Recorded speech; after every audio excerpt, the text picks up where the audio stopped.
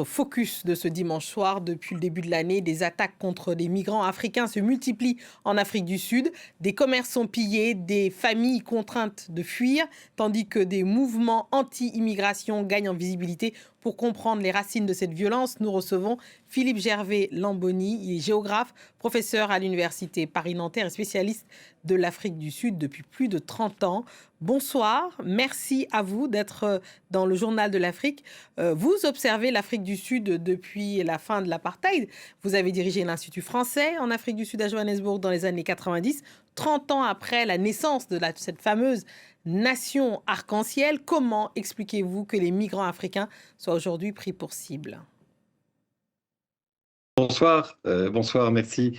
Peut-être il faut d'abord que je dise à quel point la situation peut attrister quelqu'un qui en effet a connu les grands espoirs de l'Afrique du Sud dans les années 90, qui était aussi un moment d'ouverture sur le monde et de grande ouverture sur l'Afrique.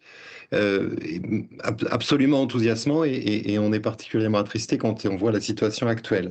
Cela dit, la situation actuelle n'est pas un fait nouveau. Il y a déjà eu plusieurs vagues depuis le début des années 2000, depuis les années 2000, plusieurs vagues de violence et d'agression contre les étrangers, les migrants, spécifiquement les migrants africains. C'est-à-dire qu'on parle de xénophobie, mais en Afrique du Sud, à l'heure actuelle, on parle de plus en plus d'afrophobie, c'est-à-dire ceux qui sont ciblés, ce sont des originaires des pays voisins, d'abord ceux qui sont les migrants traditionnels en Afrique du Sud, Zimbabwe, Malawi, Lesotho, Mozambique, Zambie, et puis qui ont toujours, depuis très longtemps, travaillé en Afrique du Sud, y compris à l'époque de l'apartheid, et puis les migrants plus récents qui sont arrivés après la fin de l'apartheid, à partir des années 90, qui sont là des migrants d'Afrique de l'Ouest, du Nigeria, du Ghana, mais aussi d'Afrique de l'Ouest francophone, et puis de Somalie et d'Éthiopie, de la Corne de l'Afrique. Oui. Et il y a déjà eu, alors la principale vague de violence date de 2008, où là on avait eu une intervention de l'armée, des dizaines et des dizaines de morts, ce qu'on n'a pour l'instant pas aujourd'hui. Et aujourd'hui, il y a une forme différente que je... Alors, justement, on va déjà essayer peut-être pour que les téléspectateurs comprennent, essayer de qualifier ce qui se passe là-bas. Est-ce que ce sont... alors, c'est sûr, ce sont des violences. Elles sont xénophobes, mais est-ce que la cause, elle est politique? Est-ce qu'elle est sociétale? Est-ce qu'elle est économique?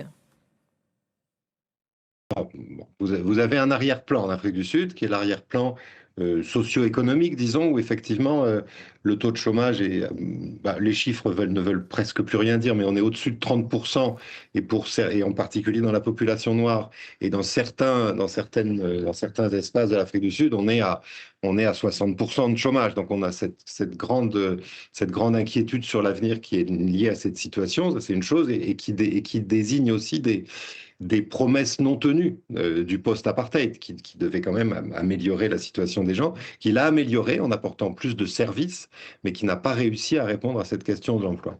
Mais néanmoins, ce qui se passe actuellement, donc concrètement, ce sont des manifestations, par moments des manifestations non violentes, qui se tiennent dans les centres-villes, où on a des leaders qui viennent dire nous ne sommes pas xénophobes, mais nous voulons que le gouvernement fasse quelque chose contre les immigrants illégaux qui sont accusés alors d'être responsables de la criminalité, de surcharger les services publics, on connaît tous ces discours, hein, et puis accusés aussi de prendre les emplois des Sud-Africains. Oui. Mais ça, c'est ce qui se passe dans les centres-villes et dans les grandes manifestations. Pendant ce temps-là, dans les townships, dans les quartiers noirs, vous avez des mouvements beaucoup plus brutaux et qui deviennent très violents, où là, on va brûler la marchandise d'un commerçant étranger, on va mettre dehors une famille qui habite dans une baraque de bidonville parce qu'on pense que c'est une famille qui est illégalement en Afrique du Sud. On va aller devant Oui. les écoles pour dire dans cette école, il y a des enfants étrangers, il faut arrêter, il faut plus qu'ils puissent bénéficier de l'école sud-africaine. Oui. Et on va aller dans les entreprises aussi, où on va dire nous exigeons que vous n'employez plus de travailleurs étrangers. Alors Et tout ça, justement là-dessus, sur ça, vous travaillez depuis longtemps sur la notion de justice spatiale. En quoi les inégalités héritées de l'apartheid, notamment entre les townships, les centres-villes, les quartiers informels, en quoi tout ça alimente encore ces violences aujourd'hui?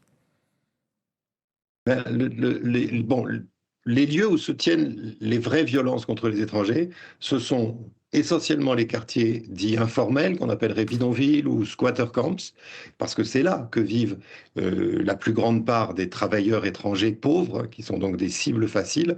C'est là aussi que les activités commerciales sont souvent tenues par des migrants étrangers. Et puis, c'est aussi dans les townships. C'est donc à Soweto, à Johannesburg, à Alexandra, à Kwamashu, à Durban. C'est surtout dans la métropole de Durban et dans toute la région de Johannesburg que vous avez ces violences dans un espace qui est très directement hérité de l'apartheid, puisque si vous habitez dans une banlieue résidentielle autrefois réservée aux Blancs au nord de Johannesburg, évidemment, il ne se passe rien, vous ne Oui, voyez rien. oui, c'est Sauf précisément... qu'aujourd'hui, Allez-y, allez-y. ces manifestations viennent dans les centres-villes. Hmm, Bon, par rapport à ce qui s'était passé les années dans les précédentes vagues, il y a une visibilité assumée qui vient défier l'État en disant nous sommes des mouvements sociaux, en prétendant être des mouvements sociaux, oui, très très très puissants par un réseau de réseaux sociaux qui sont d'une violence extrême et qui sont portés par des individus qui ne sont pas des politiciens. La plus célèbre des leaders actuels, Jacinta Ngobeze Zouma, c'est une présentatrice de radio. Elle était une célèbre présentatrice de radio dans la région de Durban. Et ah, maintenant, elle est leader de ce mouvement qui s'appelle March and March, qui oui. dit à l'État, nous exigeons que vous agissiez contre ces gens étrangers qui sont cause de criminalité. Donc il y a une visibilité et puis il y a un rôle massif de ces réseaux sociaux. Alors, La question qui se pose, oui, alors, c'est de en un mot, savoir parce que malheureusement, on doit Pardon, rendre l'antenne, pardon. mais en un mot, comment vous expliquez l'impuissance du gouvernement et de Cyril Ramaphosa qui peine à contenir tout ce qui se passe dans ce pays en ce moment? Comment vous l'expliquez, vous? Il y a un jeu politique actuel en Afrique du Sud qui explique beaucoup de choses. L'ANC, au pouvoir depuis 1994, ne l'est plus complètement depuis 2024. Il a perdu les élections. Il est donc un gouvernement d'union nationale. Les prochaines échéances électorales, c'est novembre prochain, élections municipales. L'ANC a absolument besoin de les remporter dans le plus de villes, de lieux possible. Donc son discours actuel et celui du président Ramaphosa est très ambigu parce que d'un côté, il dit il dénonce la violence, il défend les droits de l'homme, etc. Mais d'un autre côté, il dit, vous avez raison, nous avons un problème avec cette immigration illégale. Ouais, il y a un Et double donc, je discours. m'engage à faire quelque chose. Mhm, Donc, en mhm, quelque sorte, à la fois, il légitime, bon, il a mhm, même reçu deux des principaux influenceurs violents mhm. pour dire, voilà, je vous écoute, je suis attentif. Et Merci. donc, il mène une politique de plus en plus répressive envers les immigrants. D'accord. Merci beaucoup. On vous recevra à nouveau parce que ce sujet, évidemment, est passionnant et très intéressant. On reviendra dessus. Merci beaucoup, Philippe Gervais-Lamboni. Merci. Merci beaucoup.